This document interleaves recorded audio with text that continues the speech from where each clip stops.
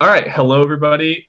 We are back for episode 7 of Survivor Maryland All-Stars. And wow, I didn't say much before this week's episode, besides that there was obviously fallout from Drunk Tribal. But I did not want to spoil anything that was coming this week. And I don't know whether that was ended up being surprising or not to anybody, but I think oh God, I didn't mute myself. I didn't even take my own advice. Anyway, so we're here. There's so much to talk about with this episode. We've had, I think, a stretch of 3 just ridiculous episodes in a row. And this is why I was so excited to share the season with you guys for the last 3 years. So a lot to talk about tonight. We have a really fun panel to get to. There's no theme to tonight's panel again. I'm just taking people who want to be on a recap, throwing them together, and making magic happen. So I'm excited to talk to this group. And also the audience tonight. I do want to say up at the top that I'll try to get to some questions earlier in the episode tonight.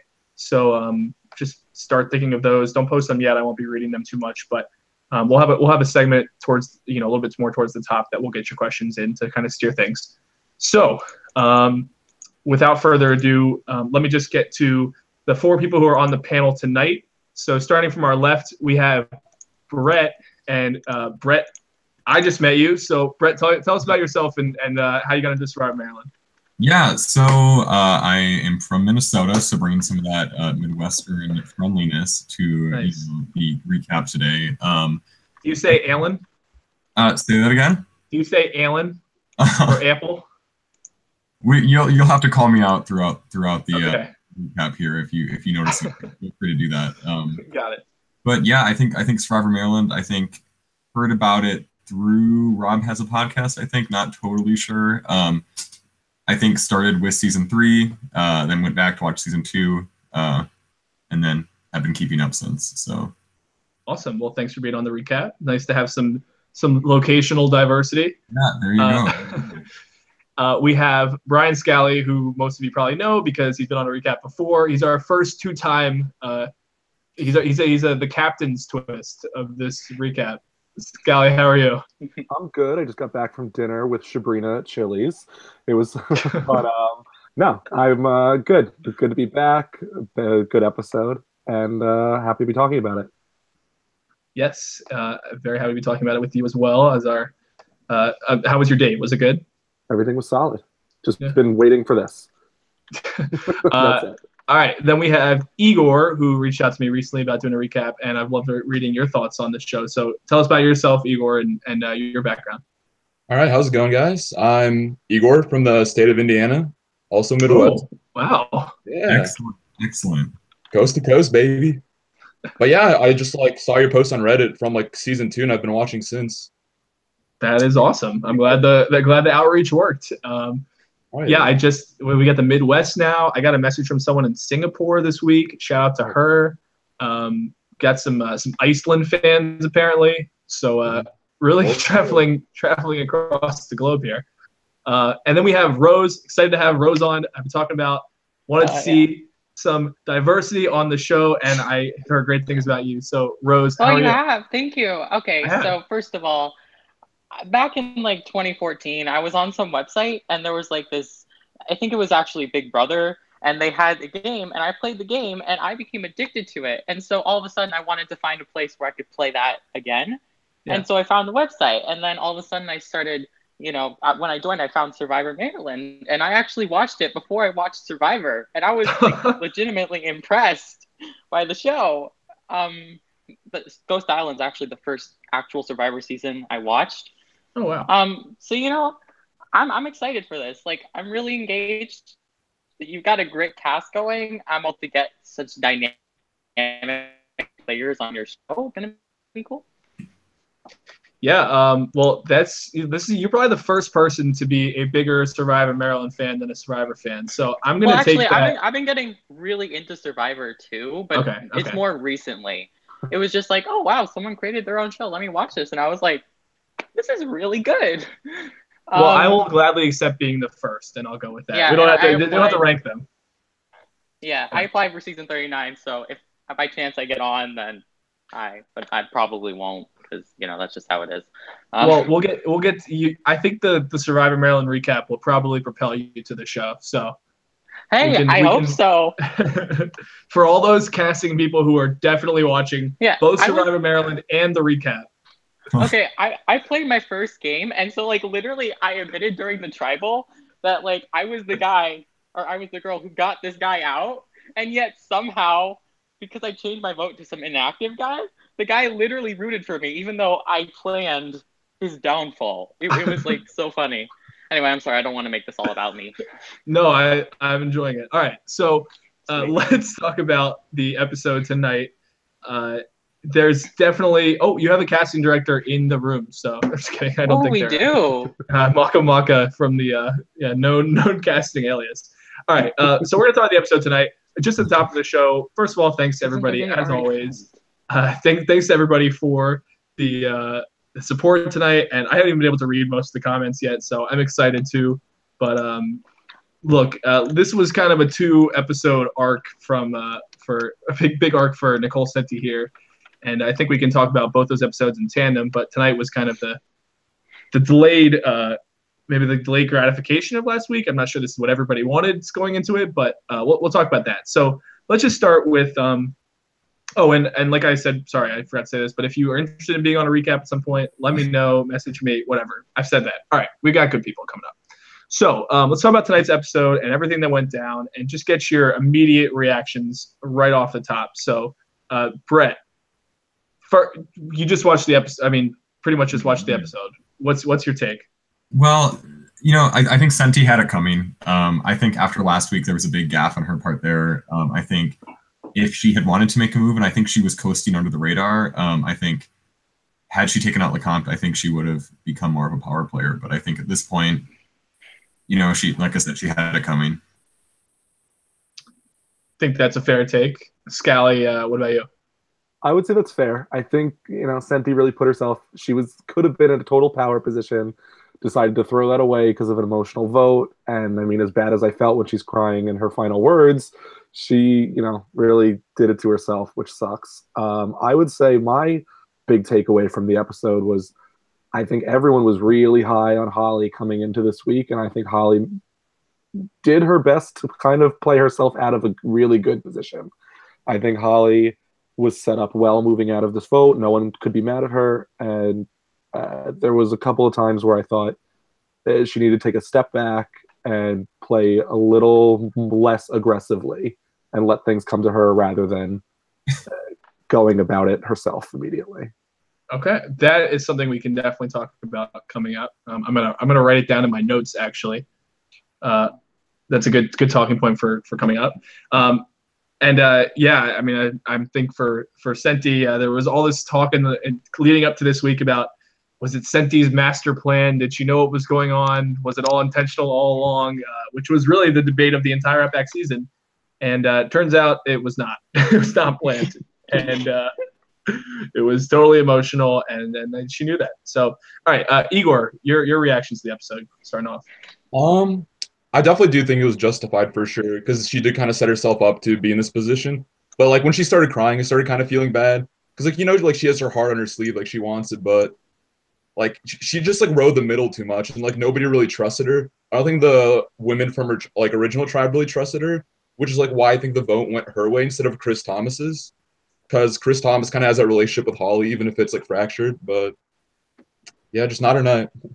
Definitely not her night. I can agree on that. Rose, what were your takeaways starting off? Okay, well, first of all, let's just say, like, I don't know why they wanted to go for Sabrina. It just seemed kind of interesting to me. And I find it interesting how, like, if it wasn't for Schubel, she would be gone. I mean, obviously, they're in a big problem come next episode. And I say the best thing they can do is split, assuming it's a merge, because, like, the merge is always episode 8.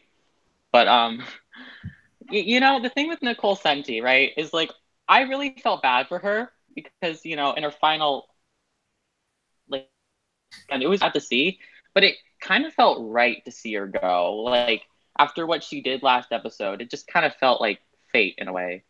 I don't know. It's not often you see someone so clearly make a choice and then so clearly pay for it right after. Yeah. And I mean, I didn't expect Senti to go this episode by any means. I thought she was safe compared to the other two. But that's something how it works out. And I think what was so interesting to me about watching Senti was, there was really this whole question coming out of Outback was what was intentional, what was not. Was she a great player? Is she lucky? Whatever. And I think she had the choice, and she talked about this, to either play strategic or play emotionally. And she failed she wanted to play strategic, and she just couldn't do it comparatively. And I think it was pretty poetic, as unfortunate as it is for her to have that, to really, rear its ugly head right after. So definitely can talk about that. Before we get into Senti, let's talk about, I think we should start with Sabrina, who, like Rose said, was the clear target tonight. Why do you guys think that was? And what did you think of what Sabrina showed tonight and what she was doing? And we'll start back with you, Rose, if you're ready. You're like kind of. So what did you say? Am I cutting out for all of you, or am I cutting out? Rose is cutting out a little bit for me. Okay. Rose, the really? question. Mm-hmm. Yeah, no worries. The question was, you're better. Can you hear me now? Okay. Yeah, I can. So, hear you. The question was, you talked about Sabrina being a target, and it was kind of hazy for you. Why? Why do you think she was a target, and what did you see from her tonight? Do you think that she played well? Do you think what was your take on Sabrina? Honestly, like, no offense, but I feel like if it wasn't for Schulte, or sorry, Schubel. Why am I saying it's Schubel? I like Schulte. I don't know why I thought about that. If it wasn't for Schubel, Sabrina would be gone. So, like, I don't think it's because of her that she's still here. Like, it's clearly Schubel, her happening to be his partner and him just making big moves that happen to work. So, I mean, I'm sure she's a good player, but if it wasn't for him, she would be gone. What do the rest of you think about that? I'll jump in. I think. Okay, go ahead. Well, I was just gonna say, I think she did a really good job of, like, out of the pairs, they easily have, like, the strongest relationship between anyone. So she was really able to, like, leverage that to her benefit, because, like, she knows the type of player Schubel is. He's not somebody that's gonna let, like, control slip like that, All right. I'll jump in. I'll say I think Sabrina is proven she's a strong social player. I mean, initially, at least on both tribes she's been on, she's found herself in what would have been the commanding alliance had Senti not flipped. So again, originally she was in the original 5 on the girls. I think, again, she has her partner in the game. Given that there's so many numbers left, the merge is not likely next week, so you probably want to keep Chris Thomas around. And Lecomte has such a stranglehold on 4 or 5 votes over there that he's not going to get rid of any of them. So it comes down essentially to Chris Thomas versus Sabrina, and Chris Thomas has a little more strength and challenges at the moment. And I'm almost wondering how, we've seen in the past couple episodes, Schubel's game has, I think Schubel's been the player of the season thus far, and I think his game, though, is slowly starting to unravel, as we've seen in a couple of the last episodes. I think, people are starting to realize how good of a player he is. And I think maybe with the suspicion around, the partner's twist, maybe that's a reason Sabrina was targeted too. So let's talk about the Schubel move, because, I mean, Sabrina was pretty screwed until the fake idol came into play, and Schubel's playing there. So, this is definitely a big move. Do you think it was a good move for Schubel? I'm seeing some people in the chat say it was potentially a winning move for him. I've seen a lot of people say that it was a terrible move for him. So, thoughts? This is probably one of the biggest talking points we'll have of the night. So, what are our thoughts on Schubel's move? Okay, well, honestly, I feel like a part of me thinks that if Schubel gets her out, I mean, he might be in a better position because, when you have the pair with you, that's going to put a target on your back, and making this move is going to put a target on his back. I mean, obviously, he's really tight with her. So, obviously keeping her in is best for him, but we see how it's backfiring him. So honestly, I guess we should see how it plays out. And if it does wind up working for him in the long run, it's a good case for the jury. And I think if Schubel makes the jury, he wins. It's just if he gets there. I don't know. It's just, it really just depends on if he's able to negotiate past this point.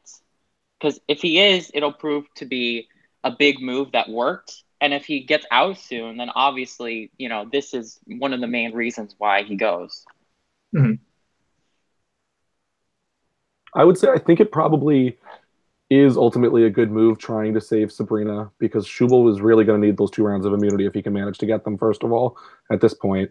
Also, I think probably what it comes down to is, if you're going to critique anything, I'm curious as to why he felt the need to call Chris Lecomte, if that was staging, or was it, let me freak out and try to convince him out of this before I can use my idol, and yada yada. So that's what I'm wondering. I think he has to be nervous about Chris Lecomte coming into the merge with too many numbers. And when he's comes in with at least 5, and who knows where the Soka trio stand, and then you have Feluke and Victoria, you don't know if they're going to work together. Schubel kind of needs to keep his numbers a little bit solidified at this point, and letting Sabrina go puts that at risk. Yeah, I agree. I was thinking an all-star season, just having somebody that you can trust that much, and just like losing that is just really like rough. Like, especially since you have like these 2 like big coalitions forming, like there's Soka trio and there's like that alliance of 4.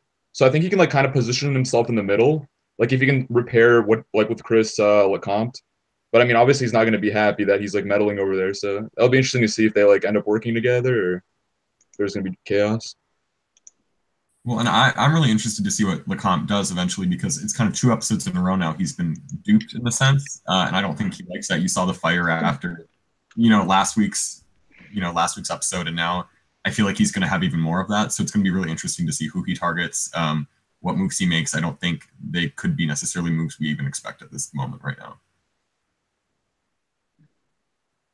Okay, so we saw a little bit. What do you guys think now Schubel and Sabrina can do moving forward? I mean, if you were them, what's the move? How do you go forward from this? I mean, there's certainly their names. I mean, Sabrina obviously was involved in this, and Schubel's name kept coming up, at that tribal council. Everyone's saying, oh, Schubel, oh my God. So what's the next move for them? I mean, this cast is smart, and I think they're going to realize that something fishy is going on. I mean, they've had suspicions about Schubel for a few episodes now. So, I get the feeling that they have to somehow try to convince everybody that they're not a duo. But that's going to be really hard to do considering, what just happened.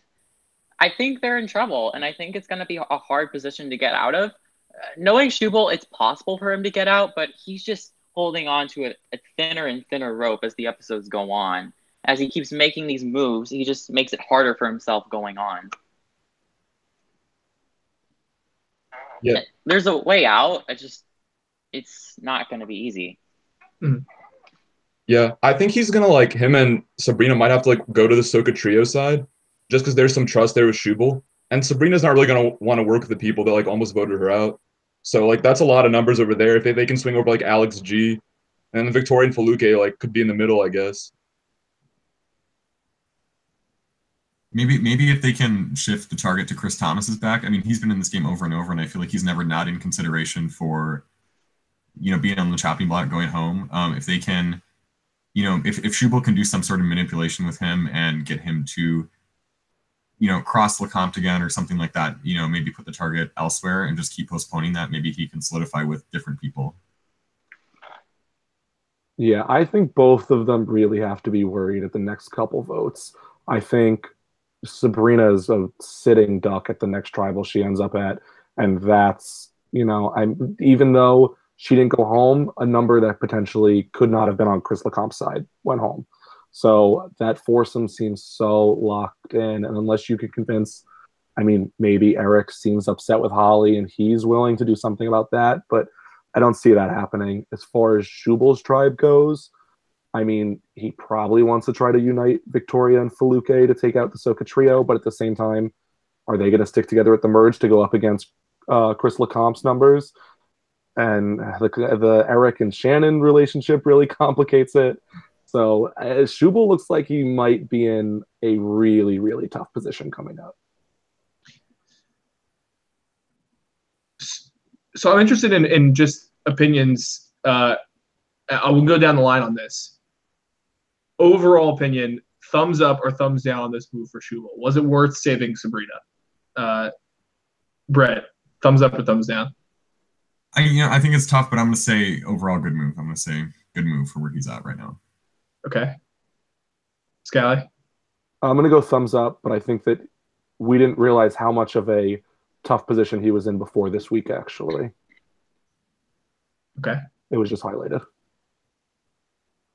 Igor? I think thumbs up. I think being seen as a pair is not as much threatening as when there's like a trio and there's four people. So I think he could still maneuver his way out of it, but Sabrina, it's going to be tough for her.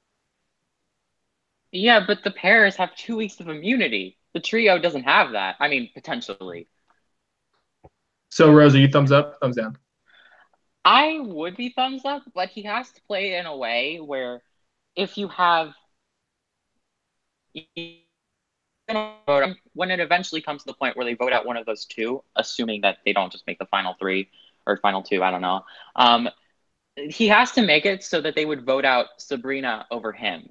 I think that's his real only shot. I think he has to be willing to let her go if the situation absolutely demanded for it. Because, the cast is going to catch on to this. Maybe it might take a few episodes. It might be the next episode. But sooner or later, they're going to realize that something's going on. Okay. Well, so everybody is close to thumbs up, but I think Rose a little bit thumbs down. So if he goes home in the next few episodes, then it's definitely a thumbs down. Because this well, could very well ruin his game if he doesn't play it right. Mm-hmm. So let's talk about there were 3 targets tonight, really. That we talked about the 4 seemed like they were sticking together. There was Sabrina and Chris T, who were brought up like these are the kind of the big 2 targets because they're partners.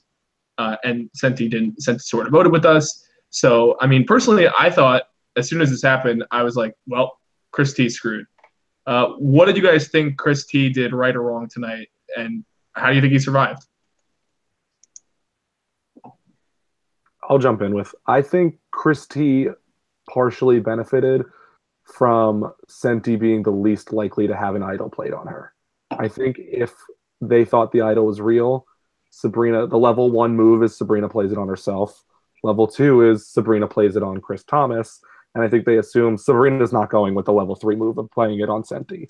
So I think Senti was the easier target. I think Chris Thomas did really good work with Holly this week also, where Holly and him had a bunch of conversations. Holly acknowledged, oh, I really gave it to Chris Thomas, and Chris Thomas was really good about just saying, you're right. It was my fault. You're right. I 100% agree. I want to build trust with you. And I think he really did a good job where even in not even making himself the initial target. So I think he did a little bit of the work, but I think it also benefited from maybe this isn't the safest move as a backup option either. Well, I think that Chris T is basically like he's very prominent in this game, but he's also not making those big moves like Shubal is. And because of that, I could really see him going far in this game unless something changes. But he's in a pretty good position right now. Yeah, I think a lot of this vote. Oh, sorry. I think a lot of this. No, I was going to you. Yeah. Oh, right on. Yeah, but like I was saying, a lot of this vote was I think the girls, well, mostly Holly, was deciding what was going to happen. They can't really piss her off. Like they need her on the side, so they kind of like want to give them the leverage. And I think Chris Thomas did a good job of forming like those relationships. Like when he was going around the previous round, talking with everybody, like making a plan, just like making those inroads and having like lines of communication open. I think he did that better than Senti, and that might have been like what decided it. Because like Chris Lecomte was saying, it would like to his face. Like I would have voted for you if like the girls didn't say something else. So I don't know. I think Lecomte, he was the one saying, he was straight up to everyone, and I think maybe Chris Thomas took advantage of that and took him at face value with that, and decided to just kind of roll with it. And I think playing it cool, taking a step back, maybe letting Lecomte his anger kind of roll out and go under the radar a little bit. And then I echo what everyone else said too. Yeah, I mean, we even saw Chris Thomas say during the vote, I really want to vote Lecomte, but I can't. So that's some growth there, right? I mean, so Scally touched on his connection with Holly there and working on that. And I know you brought up Holly right in your initial takeaways. So what were you saying? What did you feel like Holly did wrong? And I'm interested to hear in a way about that. Oh, can you say that again? You cut off a bit for me. Oh, sorry. So Scally had brought up at the top of the show in his initial reactions that Holly, he felt like Holly was like overplaying and didn't play well. So I just wanted to hear his take on that, and then see if everybody else agreed with that opinion.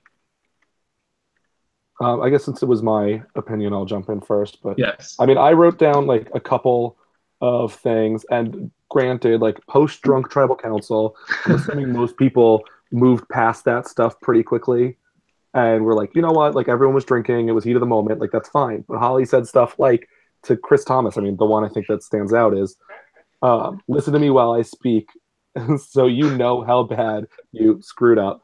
So that when I vote you out, you know it. And I don't think that's a good thing to say to somebody, especially when you might need them. I mean, even if it's 4 votes down the line, I would rather not have to put the work in repairing the relationship than rely on the fact that I could repair the relationship. So, I mean, even when she was, and then post all the fallout, Holly said things to like where Senti's coming to her and trying to rebuild the relationship, or Chris Thomas is trying to rebuild the relationship. She would say straight out, "I don't trust you, and I'm not going to trust you. It's going to take a lot of work." Whereas I think Holly could have come at it from the angle like, "Look, I want to rebuild things with you. Yes, it's tough, but like, let's move forward. Let's do that." And granted, like she can have those feelings internally, but you don't need to vocalize to everyone, "You should be sketched out by me right now because I'm thinking about what you did to me again and again."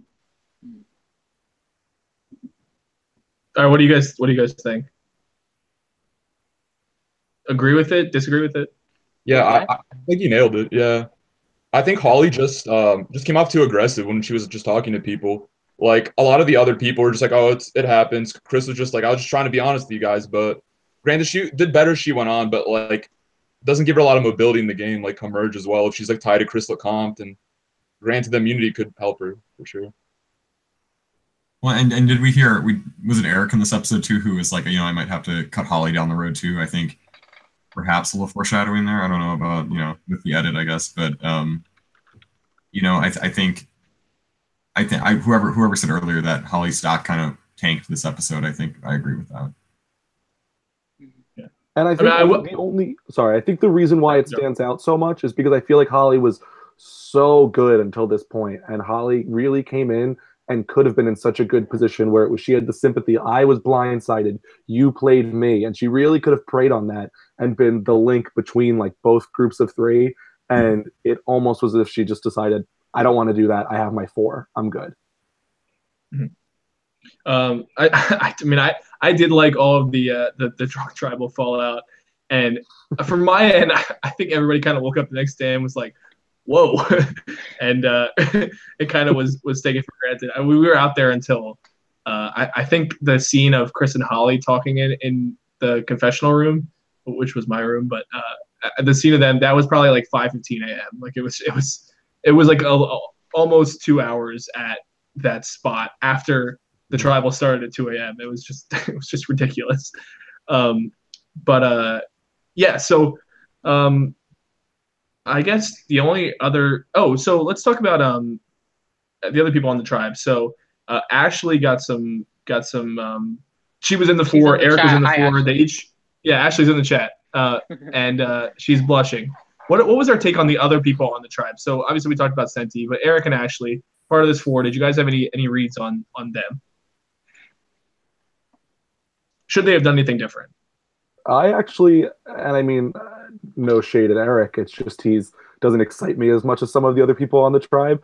But Eric did exactly what I wanted Holly to do, like against her when she said like, "Oh, I'm sorry." He's like, "Oh, it's okay." And then in confessional, I'm gonna keep in the back of my mind that Holly was ready to write my name down. Eventually, I need to turn against her. And I think Eric actually played it about as best as he could, at least with what we were shown. So I think Eric played well. Ashley's shown that she's grown from her first season, and she's acknowledged like, I thought that I was in the know, and then, oh my God, am I the one that's on the outs? And she's learned to trust the people that she really thinks she can trust this time. I think Ashley is in about as good of a position as you can get in come merge, where I don't think anyone's going to see her as a threat. I think that she's found herself with a solid amount of numbers that like her. And for pretty much everyone else, I think they played it about as good as they could. Yeah, we haven't talked about Chris LeCompte either, really. And, he definitely, almost got blindsided last week.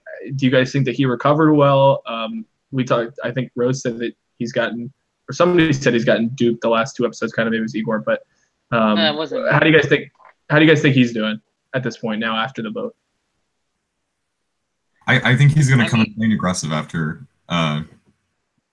these past 2 episodes. Like I said, getting duped earlier. I think Chris likes to be in control, Chris LeCompte, and I think he's gonna be making some big moves in the coming episodes if he's still around. I know this is off topic, but one thing I wanted to say about Ashley.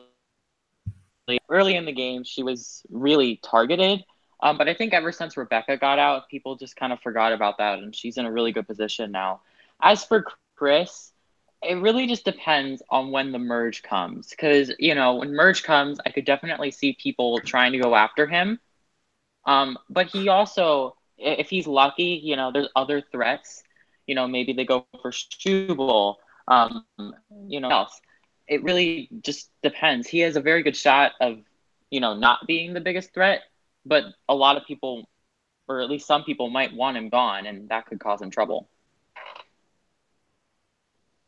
Yeah, I think Chris played, getting blindsided at 3 a.m. on a Saturday morning after a night out about as well as you can expect anybody to.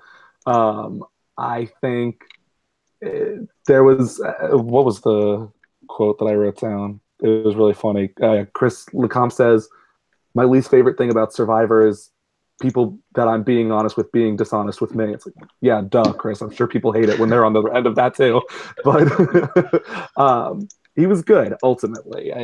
He said something, he was a little bit snippy with Chris T about if you're going to make a move against me, then make it work.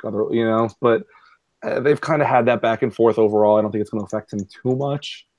Obviously, I would like it played, a little more clean, but it's about what you're going to expect coming out of anyone in that position, let alone, like I said, time of night and who it was. Yeah, I felt like it was nice to see a little bit of Outback Chris coming back with the kind of fire there. I'm not as concerned about all my friendships and relationships and everything. I feel like it was definitely a nice wake-up call. Any other thoughts on this tribe? I want to touch on the other tribe a little bit, which we didn't see much of them. There was maybe 30 hours in between Drunk Tribal and this tribal, but or something like that. I don't know. But we'll talk about them in a second. But any other things you want to talk about right now with this tribe and the vote that happened?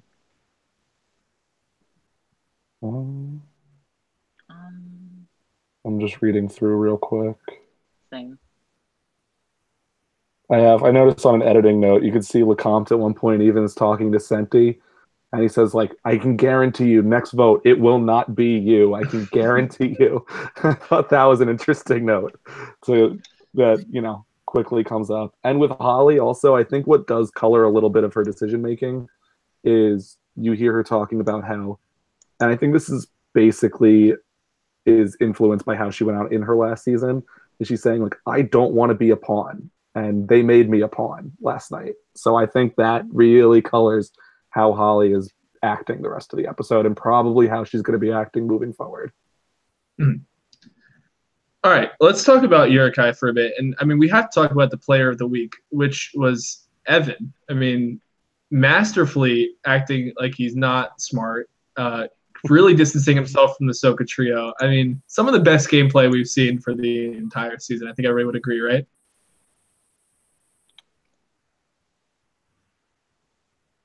Did I cut out? No, you're good. Did I leave everyone speechless? Sorry. No, go ahead. No, that was I was in awe of his gameplay, so I really just wanted to take a second. But no, it was an interesting move. I don't think anyone was really reading it as far into it as Evan was himself. Seriously though, I think the really only strategic scene we got from Yurikai was besides what I thought was a very nice moment between Fluke and Victoria at the challenge. But I see some nods and consensus. But we got to see some of Victoria's strategy, and I know people have been talking about Purple Victoria, and we haven't heard from her, and certainly not as much as we did in Terrible Trials. But got to see some of her thoughts this episode. And what did you guys think of what she was saying and where she is going forward? Well, I actually wanted to talk about this just for a little bit. I think I saw something in Victoria. Like, I don't think she's quite on Terrapin Trials levels because, from the merge, I thought she was winning. Obviously, that didn't happen, but she played a really good game. And I feel like at this point, she's definitely stepping it up. But, it is kind of worrying that she's not really doing all of that much. And I hope that changes. I hope this is the start of her playing the game, and I hope she gets the situation she is. I don't know if she's still in the bottom of the tribe, but I'm going to assume she is. It's just she needs to get herself out. I mean, not get herself up. She needs to, yeah, get herself out of that position. Yeah. Yeah, I love the two scenes with her, with Alex G. First of all, like, I would love for them to work together because that would be like such a random pair, like out of nowhere. And they're both kind of like playing the middle. Like, if they can make it to merge, that'd be pretty dope. And also, like, when she was talking to Shoebull, she just like saw right through his bullshit, like that confessional. Just like, I know he's lying, like right to my face. I'm like, she's very perceptive. So like, if she can like sneak and merge, she can like Sandra it up. I think. I don't know. And that's why she did so well in her original season. Mm-hmm. Yeah, I love Victoria. She was as much as I love Feluke. Victoria was my like winner pick in season 3. I was rooting for her the whole time, rooting for Feluke right along with her. But it was a little worrisome coming into this season and just not seeing it pop the same way. And so when you get the self-awareness from Victoria saying, I'm sitting back, I'm not as involved anymore. And I was getting hope where she's saying like, if a move presents itself, I'm going to take it. And then back end of that sentence is, but I think I play better from the shadows and I'm going to continue to sit back. So I'm a little worried that the opportunity is not going to present itself for Victoria and she's not going to find one to just, she's not going to be proactive in taking it. So it can be there. I have faith in Victoria if it does present itself, but I don't know that it's going to necessarily come to her with this cast. Do we see maybe at all a Victoria Alex Feluke alliance coming up down the bend? Is there any possibility Feluke and Victoria can, mend fences and get a good relationship with Alex that brings them farther in the game? I would say so. I think if you're looking at any shot for like Shoebull and Sabrina, basically anyone that's outside of the LeCompte grouping and or Soka trio right now, you need to take almost all of them together. And you can see Victoria and Chris Thomas are secret partners, and that hasn't come to fruition yet. That's going to, at least rear its head in some way. It has a little bit with, everyone thinks Sabrina and Chris Thomas. And so, like, it's relevant, but it still feels like there's some more coming. So you're going to get, Sabrina and Shoebull and Chris Thomas and Victoria and Feluke and Alex G. Yeah, that's basically where their shot lies. They need to figure out something.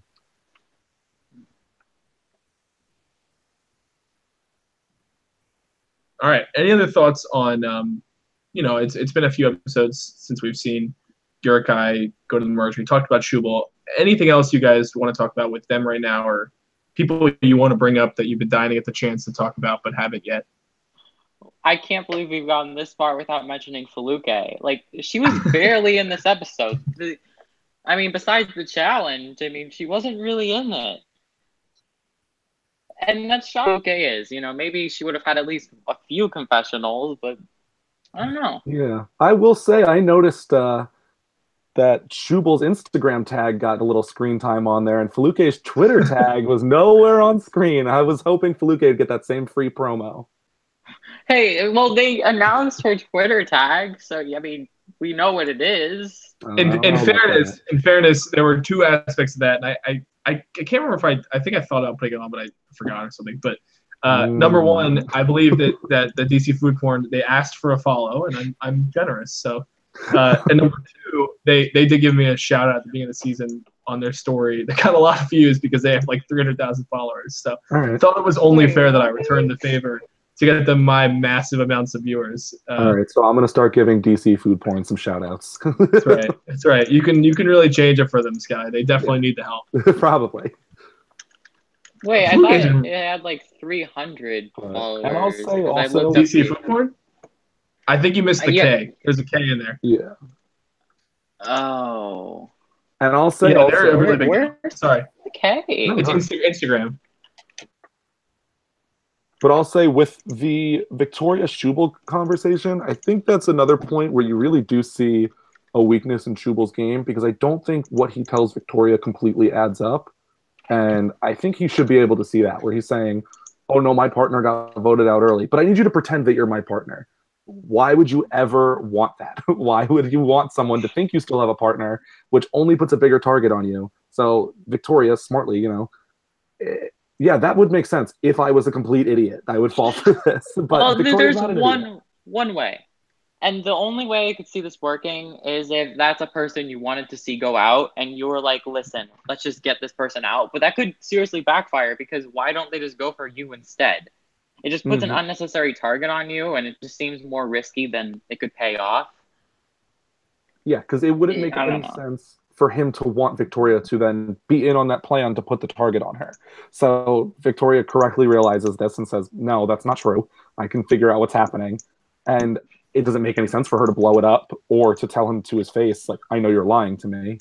But I did like seeing at least the awareness from Victoria to say, I'm thinking about what I'm gathering and I'm using this as I see fit moving forward. So, sorry, I might have missed for a second, but do you guys think that, well, for Victoria, since we saw from her perspective, moving forward, let's say they go on to a tribal this week, or if they go in the future, whatever, what should be her move? Who should she push for to go? What should be her alliance? And also, do you think that it makes sense for her to play along with this Schubel lie?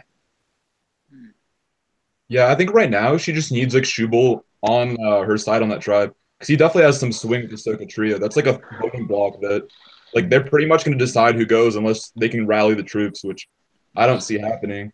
And maybe she should push for Faluke because like that's what people would expect. She just has to get in with a trio, make them trust them. I guess that's what I would do.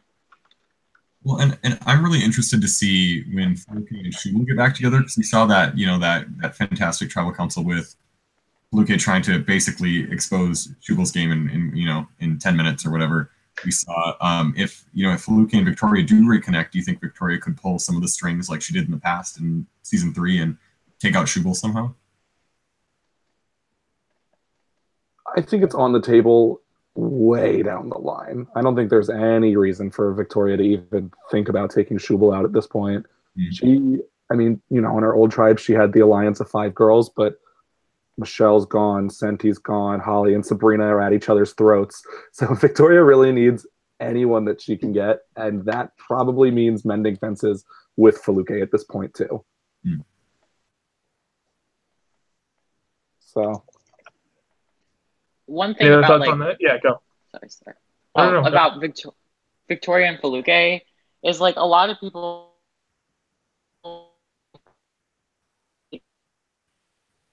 No.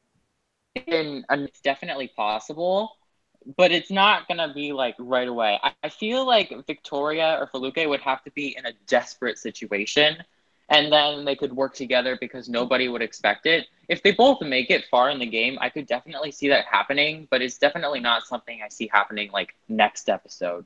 It would probably be in the preview. The thing is, though, if you think about the makeup of their tribe, if their tribe were to happen to lose the next challenge, one of them probably is in a lot of danger because the Ahsoka trio is not turning on each other, and that's 3 votes. And they want to get kinda each need other all 4 out. of them. But then what? After that, they're just accepting that they're at the bottom. Yeah, you have a good point. Yeah, they could work together. That's all I was saying. I agree they are that on the bottom. That's bad. I agree it's going to take extenuating circumstances, but I don't think it's as far down the line as we might think otherwise. Merge is a new game. Once Merge hits, like everything's different. Because right now they're kind of at the bottom. They don't have a lot of movement. But once you like have more people in the line of fire, I could definitely see them teaming up at some point. Mm-hmm. And when am I cutting off? You're good now. A little bit in and out, but you've been mostly good. When you saw Faluke come in, she said, like, I'm completely open to working with Victoria. I have no problems with her. And I don't know that everyone believes that, including Faluke herself.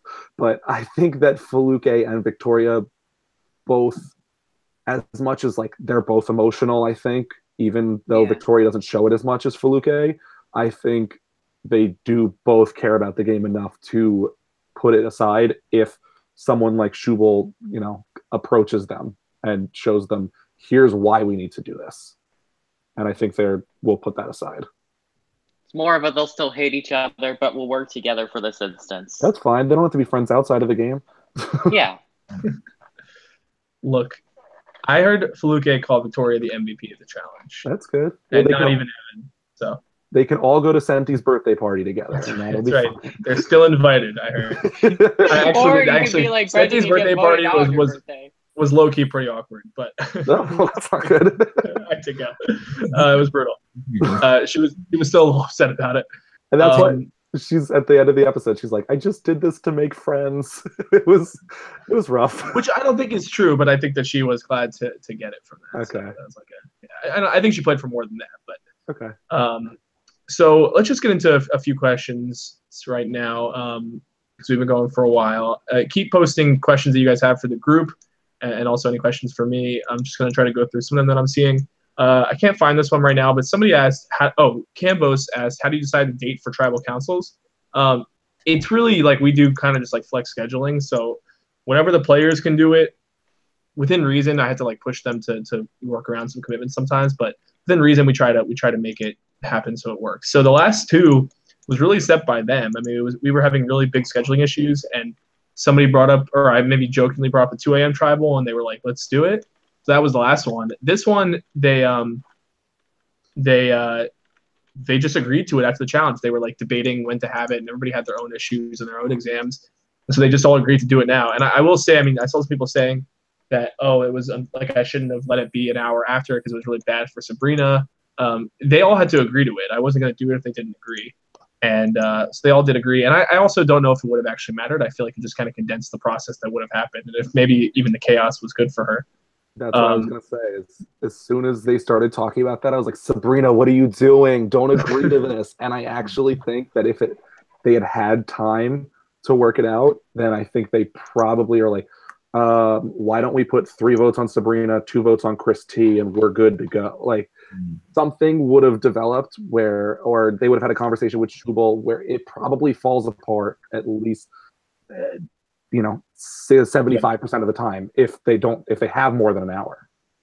It's hard to know because I think also, Schubel might have been able to execute the transition really a lot cleaner instead of having to go up to her right after and be kind of seen, and who knows, but I'm happy with the way it worked out. So I think it was a lot of fun. Let's see some other questions. Was Senti the right place to put for the votes for the Alliance of 4? What do you guys think? Should they have gone for Senti? Should they have gone for Chris Thomas? Should they have tried to call Sabrina's bluff? What do you think was the right move for them? I mean, I don't see Senti being a threat so much. I mean, they could have kept her around, but I don't know. What do you guys think? I think it depends whose position you're asking from. I think if you're going from someone like Eric doesn't have necessarily a relationship with Senti that we've seen.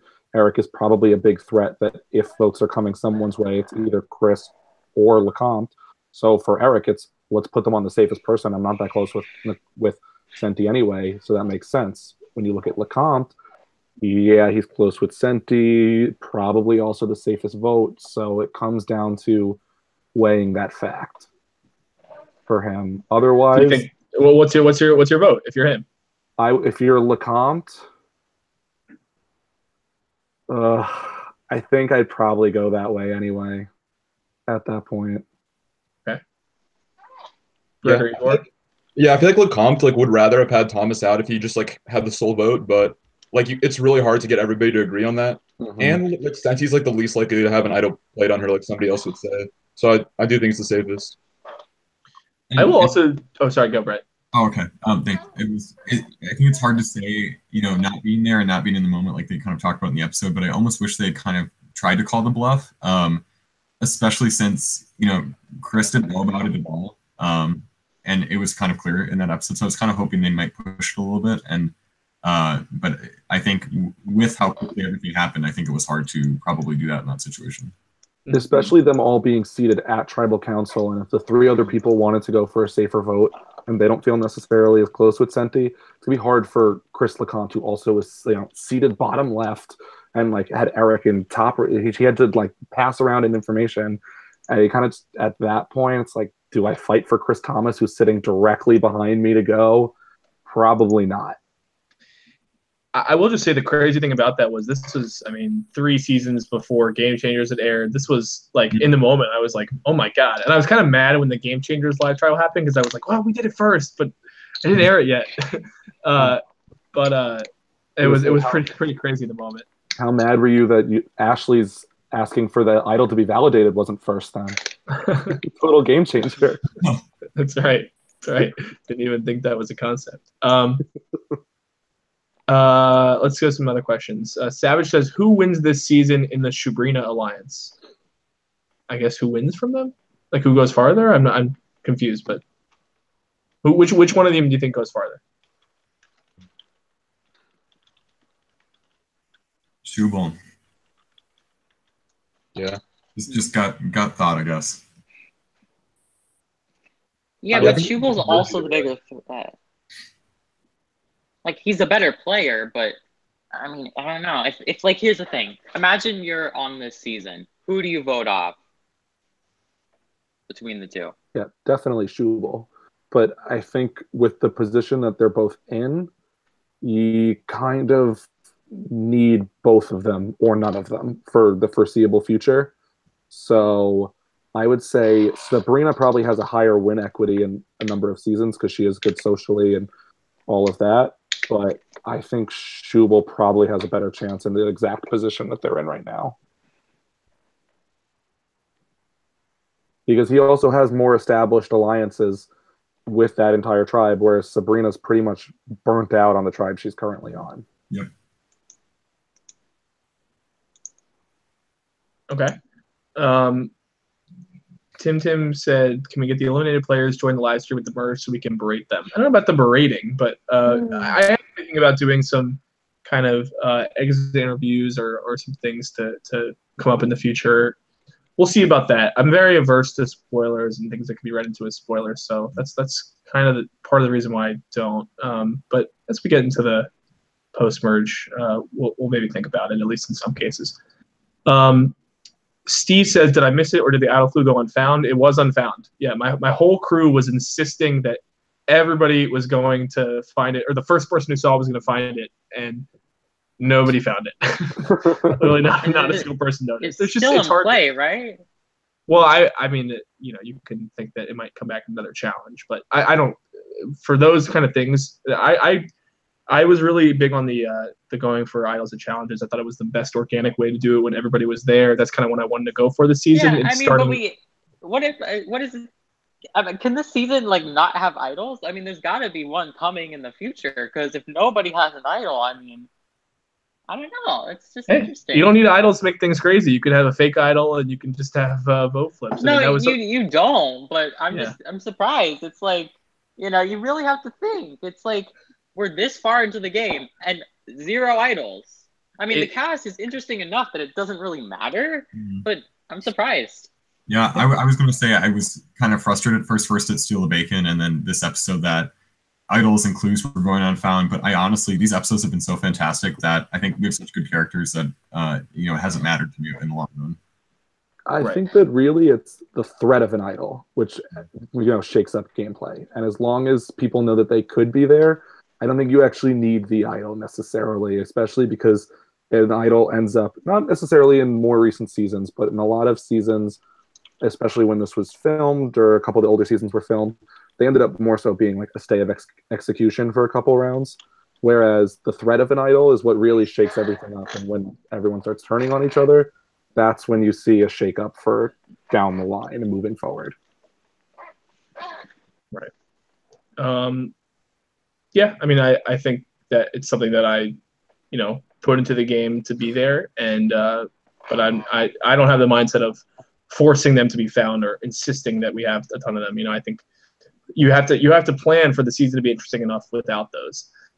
Go silent at too many idols. Right. So or heroes you don't want that. Yeah. But I think they're a valid part of the season. Maybe that's the next season theme, Scally, is you just you just hide like 3 different idol clues for different places, but you just never put any idols there. Yeah. And it's just like lack of idol island.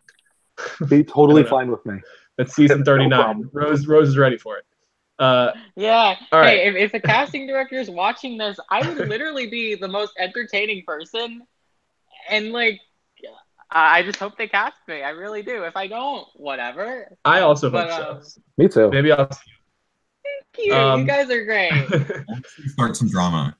Oh my god, I That's would right. be so in there. Like, I hate Scally. I would be such great TV.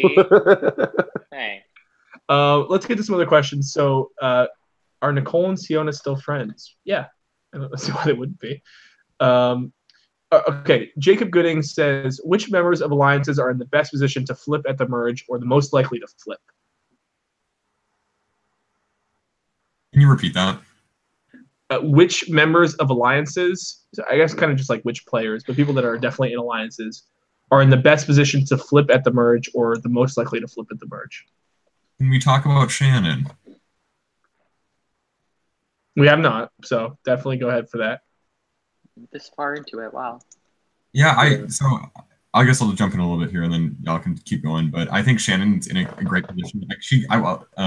Entering into the game, she was my winner pick, and I think we haven't seen a ton of her.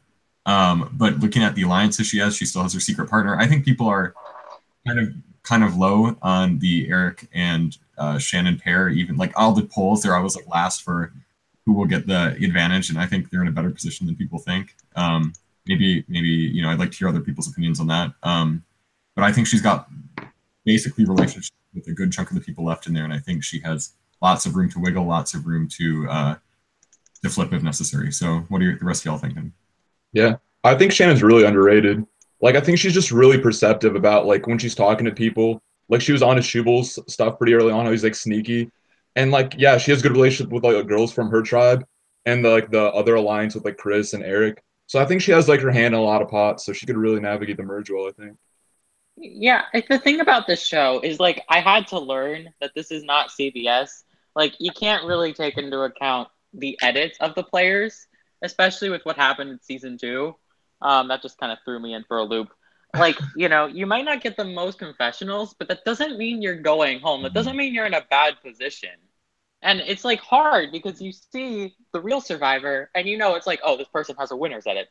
But this isn't really like that. It's really more of, what's happening at the time and who's, causing these events to happen. Mm-hmm.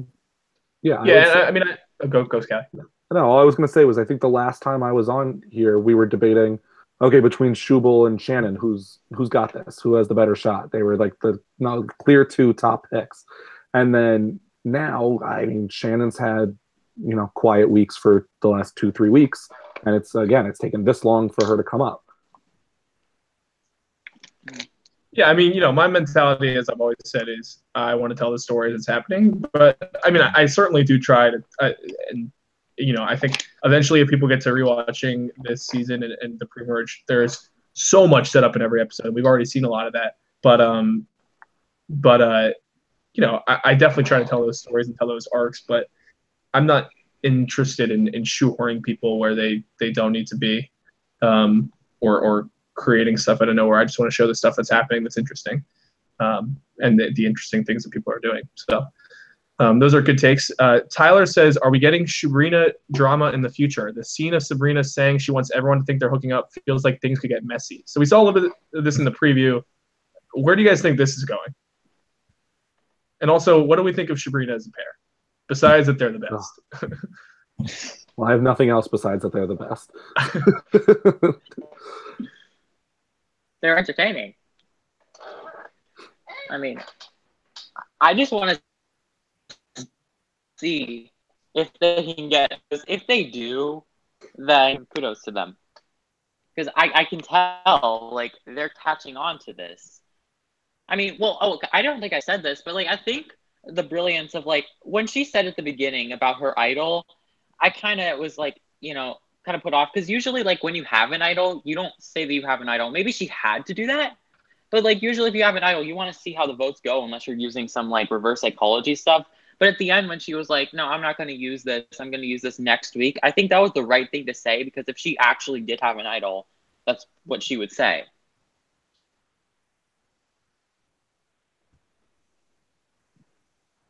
Oh, I'm sorry. Yeah, I mean, no, I'll jump in with. I really like Sabrina in this game, whether or not I think they are going to win, they're not going to win. Regardless, I think they're extremely entertaining, add so much to the season individually and as a pair. Every time they're on, I mean, I tweeted about like if I could have extended scenes, like 3 out of 5 of them would be like just Sabrina's strategy talks because they're just fun to watch more so even than I think it is the most important thing of the episode. I think and I do think that they are both good and in good positions ultimately. I don't know that they're in the best position at the moment, but I think they have outs. So real quick, as I'm looking through more questions, if this Furiosa tribe loses again next week, who goes?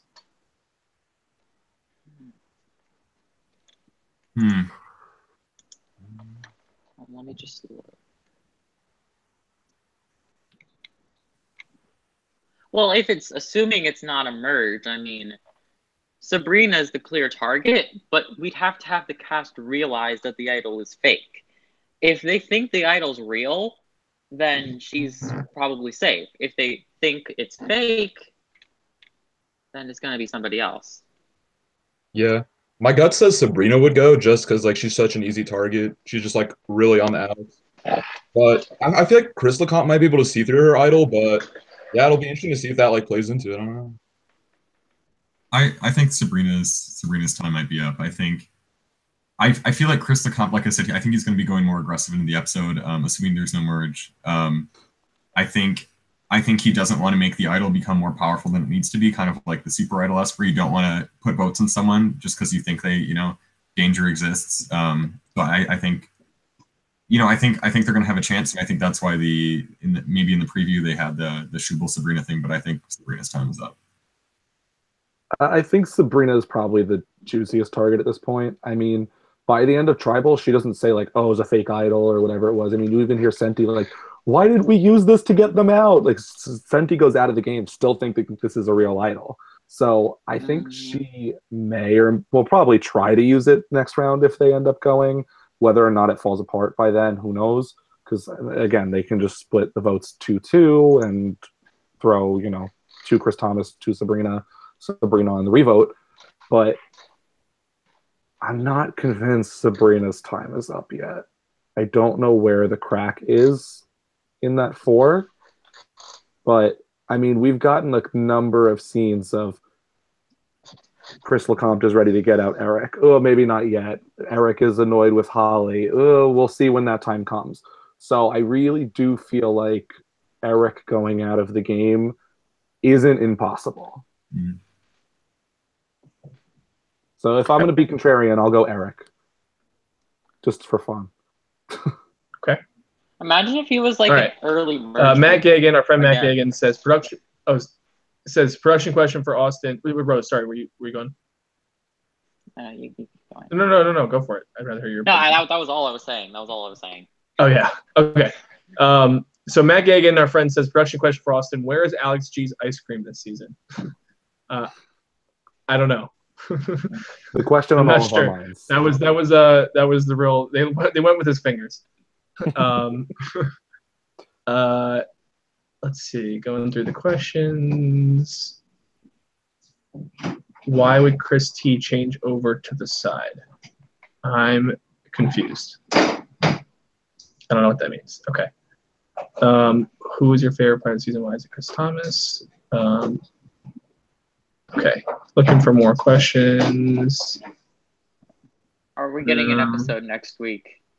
Yes, I know I've said that before. I will have an episode next Monday. The week after that, I will be taking a week off and then probably coming back with a double. I know, I'm sorry, but we'll have next week. I have a wedding and stuff. It's just not possible. But so the 18th, so episode 8 next week, then a week off, most likely, and then probably a double episode Boo! I'm just kidding.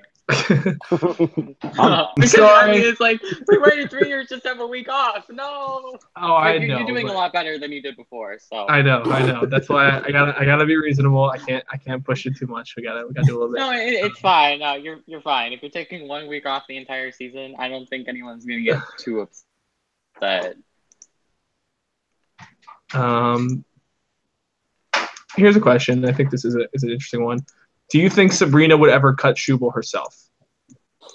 Ooh.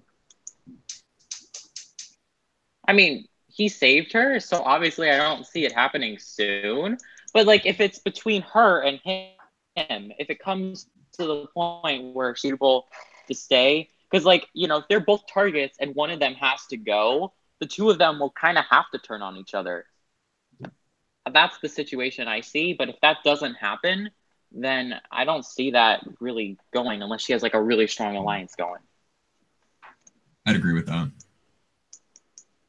Yeah, I would say I can see Sabrina 100%. If someone comes to Sabrina and saying, this is the way the votes we're thinking about going, Schubel, I can see her saying, you know what? Okay, that works for me. Let's go with it. But I haven't seen anything from Sabrina yet that would show me that she would initiate that move. I don't think that it's there for her yet. Will it be? Maybe. Is she going to recognize it once it is at the same time? Not sure about that.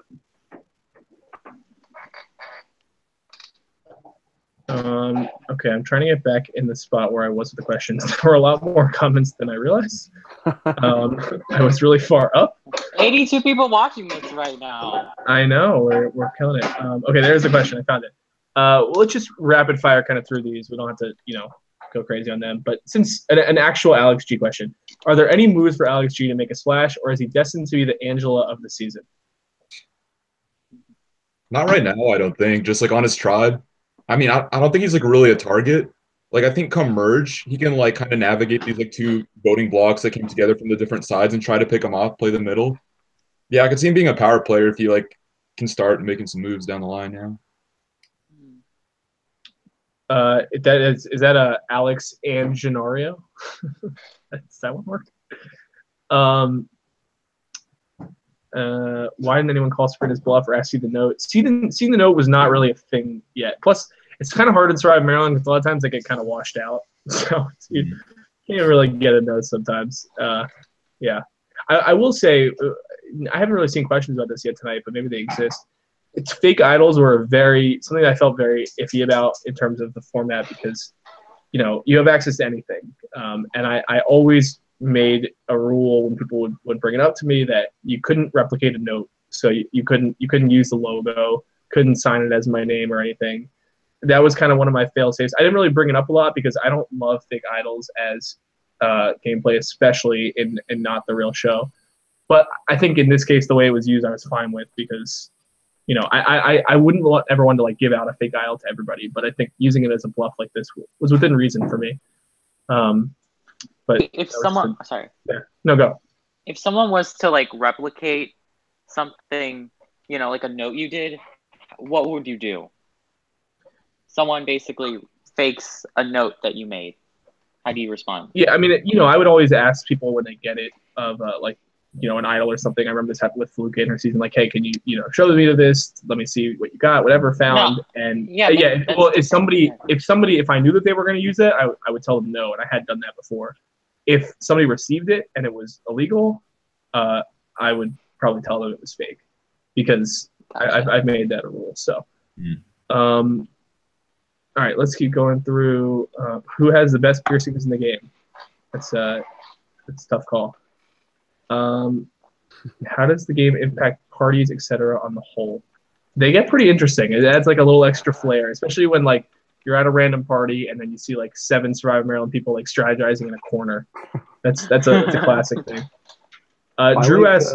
Sorry, go. I was gonna just with that. I liked Schubel's line about how he was out at a bar and 3 drinks later, Chris Thomas is in his face yelling at him about how you were gonna vote me out. And I think that perfectly encapsulates Chris Thomas, where like he's great at like his conversation with Holly, where he's don't worry about it, like building bonds, and then flip of a coin and Chris Thomas is ready to go, ready to play, roaring to make a move, and I think he just can't hold it in sometimes. Yeah, I did have a secret scene that I thought about posting, but I didn't, of Brandon yelling at Evan at a bar. Not like really yelling, but Drew says, who does everyone think will be the first Soka trio to go, since we haven't talked much about them? I was just thinking that question, so I'm glad someone else. Nice. I feel like Evan maybe is the biggest target right now. What do y'all think? I agree. Yeah, I could see that. I mean, the three of them are honestly all in pretty alright positions. I mean, I don't see any of them going home next week. I think Evan definitely would have been my answer. I mean, I wouldn't be shocked at Micah because I know at the time that they filmed this, season 4 wasn't released. So I don't think that, whereas if you had watched it, Evan might have been highlighted as the bigger player. But I think that Shannon has too many connections. I don't think Shannon's going anywhere first, at least. Maybe one of them lasts longer than her, but I don't think so. I think Shannon probably sticks around the longest. But if I were to go with who I think has been shown to, been kind of floating around, making a couple mistakes, I think Evan probably is who we're seeing go first. Okay. Mickey Boomy says, do you think the main storyline will be LeCompte versus Soka Trio or LeCompte versus Schubel?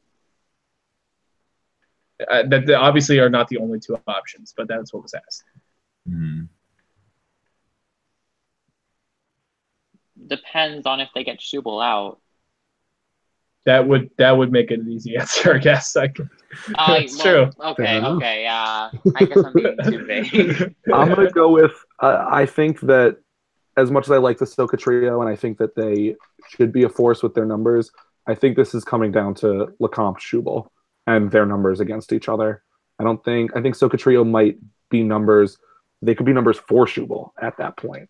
But do I think that they're ultimately going to be as a force what decides this season? No. Maybe Shannon comes out ahead, but I don't think it's due to her relationship with the Soka trio that Shannon would be winning this season anymore. Ashley did point out in the chat, no one is talking about how Becca was puking that entire time and I was freaking out as BFF. Yeah, that was another whole thing at that tribal, is like Ashley was like running into the bathroom over it. This is for the drunk tribal. Because Rebecca was there and was drunk. It was just crazy. Oh, if we're going to talk about Ashley, can we talk about how she was holding on to Eric's foot for an entire tribal council? Because I liked how she was like, yeah, like we were close friends, but like I don't do that with my close friends. So I thought that was an interesting move. Rose, what were you saying? I don't remember. It was it was about the puking.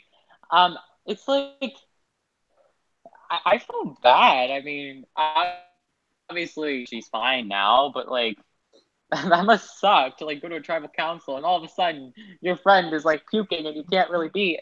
Another thing I was gonna ask is how do you like get every person to always be the tribal council?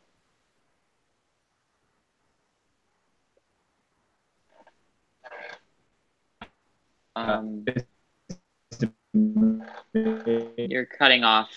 Sorry. Yeah, you did just cut out for a second. Did we reach that? No, you cut out for a second. Can you hear me now? Yeah, we you're good. Okay, we'll move on. Did anyone actually believe that Evan was acting at all? No, Evan was not acting. He did not understand answer those questions. I don't think Shannon was that bad, but I think she was like, what the hell? I think we've talked a little bit about. I know we gave predictions for Furiosa. If Yurikai goes to tribal, gun to your head, who goes home? I'm sticking with Evan. I don't think Schubel is going to be willing to play, fourth place to the Soka trio. I think he's going to want to be in control of the other three stragglers in his mind, which are Victoria, Feluke, and Alex. And I don't think he's going to, he would have Alex G and Feluke theoretically, but in Schubel's mind, hypothetically, then they go to the second tribal council. They're deadlocked against Soka trio, and I don't think he's willing to go to that at all. Other thoughts? Sorry, that was a broad question. I could see it being Faluke, honestly, just in case like Shubel doesn't want to make a move against the trio this early. But that would suck. Like losing her right before merge would be tragic. But You hurt Scally's soul with that one. Losing Faluke at all would be tragic. True. Remember when I mean, Faluke wasn't on this season? Everyone. oh yeah, oh yeah, we it had was so long episodes about ago. Faluke. Wow. Yeah, that was the thing. I was almost hoping, the necklace that Faluke stole would show up on Ghost Island. This. Oh my There's god. a classic story of Maryland Ghost Island. Yes. It is now grown into a real idol. A real Tristan's necklace. He actually wears it now. He's got it back. Jacob Goodling says, "Who from Adam Klein's fantasy draft is left?" And the answer is nobody. Adam Klein somehow lost all 5 of his people already, which is pretty impressive, honestly. So yeah, Seti was his last hope. Poor guy. I don't think he's even aware yet. So don't. None of them even made the merge. Yeah, I don't think he's watched this episode yet. Oh. Let's go back through. It's pretty late, so I should probably wrap it up. Is the cast told to stay hush on social media? No, I think they're just, as interested in not giving spoilers as me. But there are people on Twitter, and they're definitely reading stuff. All right, I'm seeing some questions. If you guys see any questions in the chat that you really want to bring up, let me know. But I see a couple that I usually ask in general. So that one guy, David, says, who's your overall favorite player so far this season for the 4 of you? And the chat can comment them too.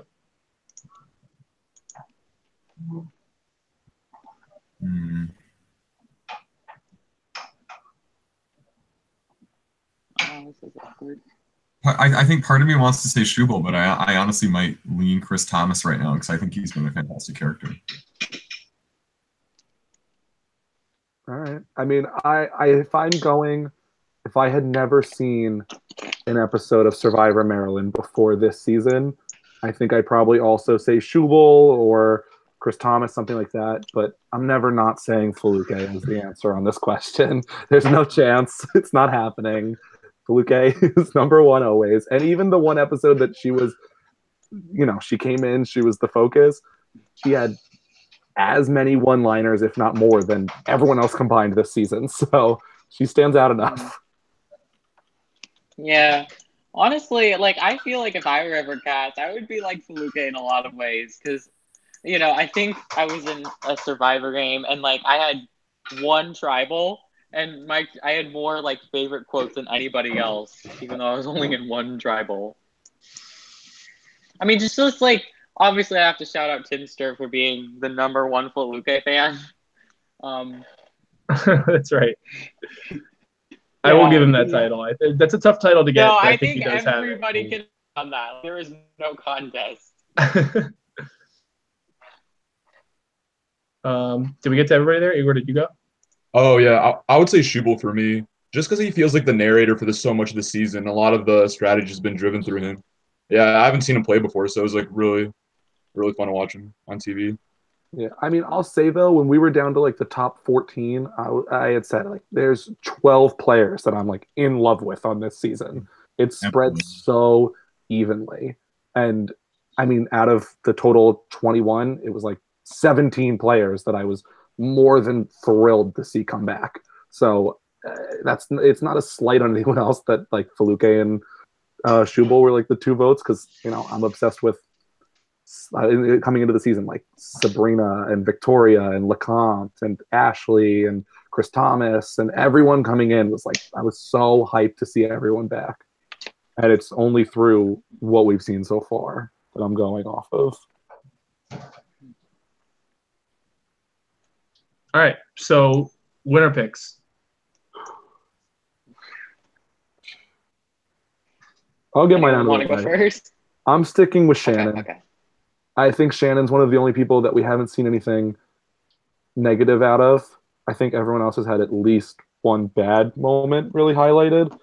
I think she still has strong bonds. I don't think she's a target whatsoever right now. I think basically everyone else she's associated with is a way bigger threat in like the immediate future, but she's still spread out enough that she can kind of work with whichever way this game goes. So I feel pretty good about sticking with Shannon. I think I would go with Victoria. She's not like in like a great position right now, but I think if she can just like sneak by a few more rounds, a few more breaks go her way, like I think she can really navigate the merge into a win with her position from that point. Yeah. I'll stick with Shannon as well. Came into the season with her as my winner pick. I was really excited that she could come back. I think the reasons about Shannon were already pretty well elaborated, but I think the social bonds are what's going to take her far. I think the social bonds will take her far, but I'm not sure if she's going to win this season. I mean, I think eventually they'll start seeing her as a threat, maybe like towards the end game, and I don't really see her being able to save herself when that happens. All right, so who does win, Russ?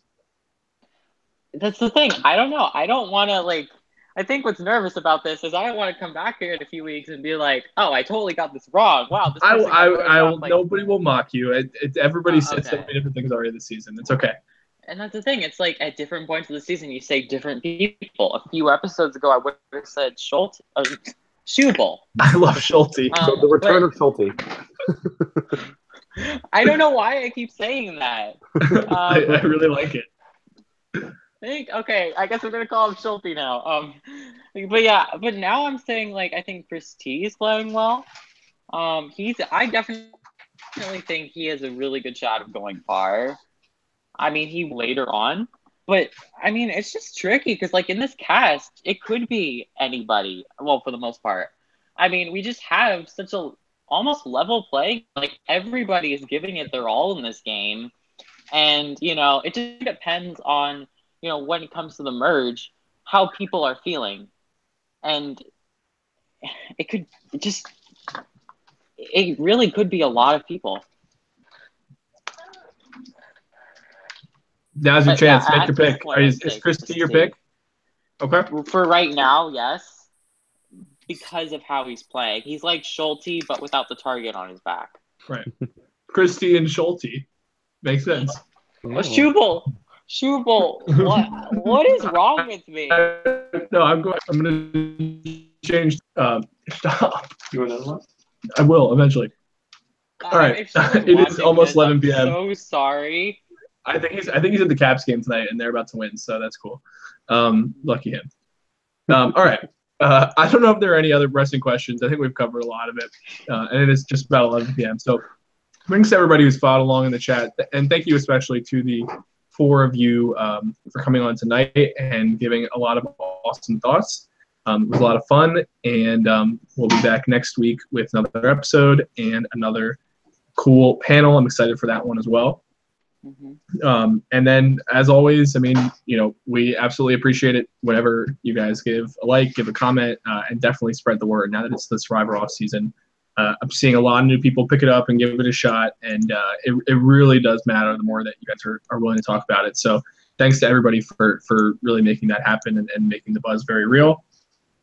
And I mean, look, I said that it'd be fun to have people around and here for this and talking about it together, and there's still not that many places for it, but there are some good ones developing. And I mean, you look at, I think the whole pre-merge has been good so far, but episodes 5, 6, and 7, just craziness every week. Fantastic. And this season is crazy through the end. So awesome. It's gonna be fun. I'm excited. Yeah. So thanks everybody again. I will see you guys next week, and talk to you guys in the comments. I don't know what you just said. I have no idea. But anyway, no, I was saying maybe I should. If people want me to come back, let me know. There's probably not room for it, but I would love to come back if there was the option. We will. I have Scally has set the precedent of being the first returnee, so now anything's on the table. Anything is on the table now. Forget who? I said how quickly you forget last week. Your entire panel. No, they were not on during the season. They were on before the same thing. Come on, Scott. All right, I'm gonna sign off, and thanks everybody again, and talk to you guys in the comments. All right. Go Schulte. Hashtag Schulte for tonight. All right. Bye, guys. All right, thank you. Bye.